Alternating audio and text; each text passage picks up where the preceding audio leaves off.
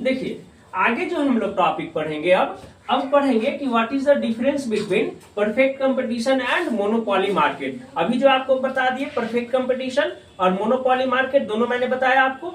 अब इस दोनों में क्या डिफरेंस है, ठीक है।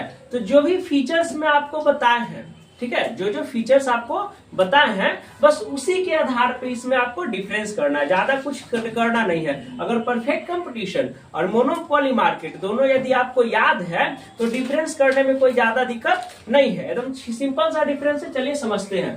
देखिए पहले परफेक्ट कंपटीशन और सेकेंड मोनोपोली मार्केट। तो फर्स्ट है परफेक्ट कंपटीशन में large number of buyer and seller, यानी कि परफेक्ट कंपटीशन में लार्ज नंबर ऑफ बायर होता है और लार्ज नंबर ऑफ सेलर होते हैं। दैट मीन्स कि जो खरीदने वाले लोग और बेचने वाले लोग दोनों ज्यादा होते हैं, ठीक है। जबकि मोनोपोली मार्केट में क्या होता है, सिंगल सेलर होता है, एक विक्रेता होता है and large number of buyer, और दैट मीन्स कि खरीदने वाले लोग क्या होते हैं, ज्यादा होते हैं, है ना। तो मोनोपोली मार्केट में सिंगल सेलर मतलब एक ही दुकान रहेगा आसपास में और पूरा एरिया के लोग वहां आके खरीदते हैं, है ना। जैसे इसमें कह सकते हैं फुचका वाला अगर आ जाएगा तो गली में मोनोपोली है, एक सेलर है, खरीदने वाला पूरा मोहल्ला है। बात समझ आ रहा है। सेकेंड पॉइंट है available substitute goods. Perfect competition में जो नियर बाई है यानी कि पास में है, क्या है, सब्स्टिट्यूट गुड्स अवेलेबल रहता है। सब्स्टिट्यूट गुड्स अवेलेबल रहने का मतलब सब्स्टिट्यूट गुड्स किसको कहते हैं, तो वैसे गुड्स जिसके पास कैपेबिलिटी हो दूसरे गुड्स के जरूरत को पूरा करने का, ठीक है। सब्स्टिट्यूट गुड्स किसको कहा जाता है, तो substitute goods are those goods which have capability to fulfil the other goods, यानी कि जो दूसरे गुड्स मतलब दूसरे सामान के जरूरत को पूरा करता है, ठीक है।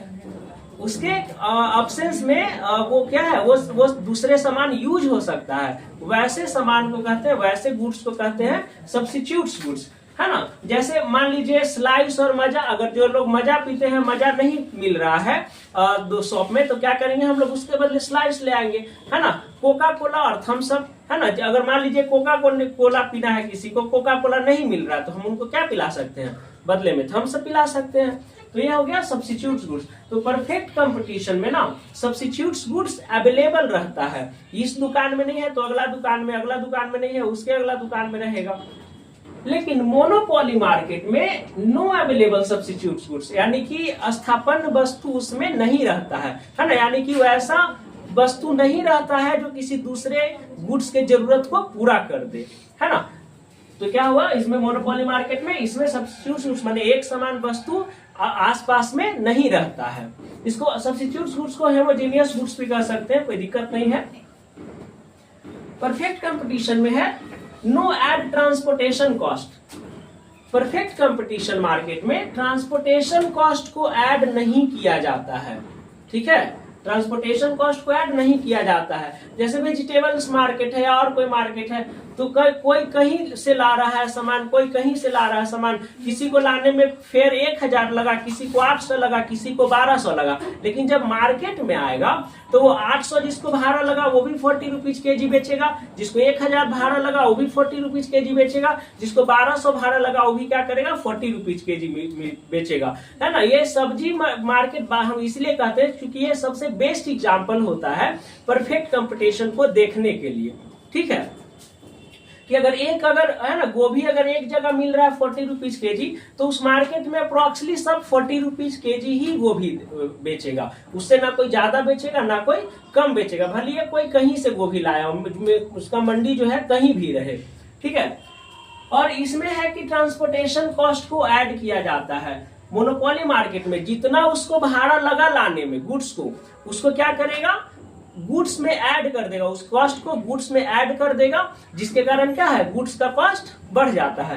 तो इसमें परफेक्ट कंपटीशन में ट्रांसपोर्टेशन कॉस्ट ऐड नहीं होता है और मोनोपोली मार्केट में ट्रांसपोर्टेशन कॉस्ट ऐड होता है। देखिए 4 पॉइंट है परफेक्ट कंपटीशन में एवरेज रिवेन्यू मार्जिनल रिवेन्यू के बराबर होता है ना। एवरेज रिवेन्यू क्या होता है, मार्जिनल रिवेन्यू के इक्वल होता है, औसत आगम सीमांत आगम के बराबर होता है, ठीक है। दैट मीन्स कि इसका जो ग्राफ बनेगा, डिमांड ग्राफ जो बनेगा वो पॉजिटिव बनेगा, ठीक है। लेकिन मोनोपोली मार्केट में average revenue greater than marginal revenue, यानी कि एवरेज रिवेन्यू मार्जिनल रिवेन्यू से ज्यादा होता है। दैट मीन्स कि इसका जो डिमांड कर्व बनेगा वो क्या बनेगा, निगेटिव बनेगा। समझ में आ रहा है, एवरेज रिवेन्यू ज्यादा है ना मार्जिनल रिवेन्यू से, तो इसका डिमांड कर्व क्या बनेगा, निगेटिव बनेगा। सेकेंड पॉइंट है प्राइस टेकर। परफेक्ट कंपटीशन में जो सेलर होते हैं वो प्राइस टेकर होते हैं। प्राइस टेकर कहने का मतलब कि कस्टमर यहाँ पे क्या बनाता है, प्राइस को बनाता है। किसी गुड्स का प्राइस कितना है ना, वो कस्टमर तय करता है, ठीक है ना। जैसे मान लीजिए कि 102 रुपीज का सामान है, आप 100 रुपीज भी दे दीजिएगा तो क्या करता है, सेलर रख लेता है। इसका रीजन क्या है, रीजन है इसका कि वो प्राइस टेकर होता है, मतलब कि कस्टमर के अकॉर्डिंग वो प्राइस को रखता है, ठीक है ना। कि जितना अगर एक 105 रुपीज है, 110 रुपीज है, तो वो 100 रुपीज रख लेगा, ठीक है। तो ये प्राइस टेकर यानी कि मूल्य प्राप्त करने वाला होता है।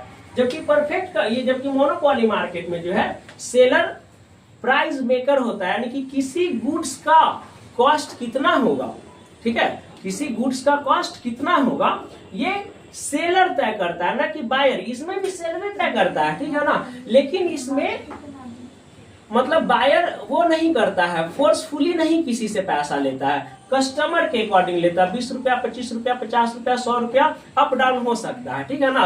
अगर ले कम भी दे देता है बायर मतलब कि ग्राहक, तो वो मतलब एक्सेप्ट कर लेता है। लेकिन मोनोपोली में क्या होता है ना कि प्राइस मेकर होता है सेलर, उसका गुड्स है वो अब एक ही है ही पूरा, मतलब एरिया में वो एक ही जगह उसका दुकान ही है, पता है ना, सिंगल सेलर होता है। तो बेचने वाला बहुत कम है, खरीदने वाला बहुत ज्यादा है, तो क्या करेगा, प्राइस को बनाएगा अपने से। प्राइस वो क्या करता है, बनाता है किसी गुड्स का, इतना रुपए ये सामान पर केजी आपका मिलेगा, लेना है तो लीजिए, नहीं तो नहीं लीजिए, ठीक है। तो मोनोपोली मार्केट में सेलर प्राइस मेकर होता है, परफेक्ट कंपटीशन में प्राइस टेकर होता है।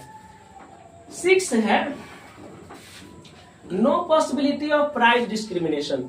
प्राइस डिस्क्रिमिनेशन, डिस्क्रिमिनेशन माने होता है विभेदीकरण, मतलब अलग अलग कस्टमर से अलग अलग प्राइस वसूलना।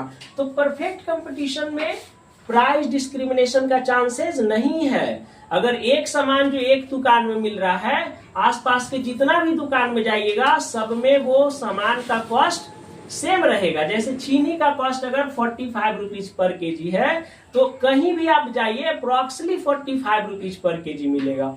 लेकिन मोनोपोली मार्केट में पॉसिबिलिटी ऑफ प्राइस डिस्क्रिमिनेशन, इसमें प्राइस डिस्क्रिमिनेशन होने का चांसेस है। क्यों है, क्योंकि सिंगल सेलर है, एक वो बेचने वाला है और 50 वो खरीदने वाला है, ठीक है। तो उसमें क्या होता है, प्राइस डिस्क्रिमिनेशन करेगा, अलग अलग व्यक्ति से अलग अलग कीमत वसूलेगा, है ना। किसी को जैसे मान लीजिए कि कोई सामान है तो किसी से 500 में दे रहा है तो किसी को 600 में भी देगा, है ना। अगर कोई जान पहचान वाला आ गया, रिश्तेदार आ गया, मोहल्ला वाला लोग आ गया, तो उसको 400 रुपीज में दे सकता है। लेकिन परफेक्ट कंपटीशन में जैसे चीनी का मार्केट हो गया, मीठा का मार्केट हो गया, चावल हो गया, दाल हो गया, ये सब परफेक्ट कंपटीशन का मार्केट है ना। इसमें अगर चावल अगर 50 रुपीज केजी है, तो अगर कोई रिश्तेदार आ जाए बहुत तो 2 रुपया कम करेगा, है ना, 48 का लगाएगा। या अगर कोई दूसरा कोई है तो उसको 50 रुपीज ही में देगा। उसको ऐसा नहीं है कि कोई कस्टमर आ रहा है तो उसको ज्यादा प्रॉफिट लेके बेचेगा, जो जान पहचान का नहीं है उससे ज्यादा प्रॉफिट लेगा, जो जान पहचान का उससे कम प्रॉफिट लेगा। परफेक्ट कंपटीशन में ये नहीं होता है। लास्ट है free entry and exit of firm. कहता है परफेक्ट कंपटीशन में आप इजिली क्या कर सकते हैं, फर्म में आप जा सकते हैं और फर्म से एग्जिट हो सकते हैं ना। मतलब कि फ्री एंट्री एंड एग्जिट, आराम से एंट्री भी कर सकते हैं न्यू फर्म में और न्यू फर्म से क्या कर सकते हैं, बाहर निकल सकते हैं। जबकि इसमें क्या होता है, मोनोपोली मार्केट में आपको न्यू फर्म में एंट्री करने पे क्या होता है, प्रतिबंध होता है, आप न्यू फर्म को ज्वाइन नहीं कर सकते हैं। क्लियर है? आई होप कि आप ये पूरा टॉपिक समझ गए होंगे।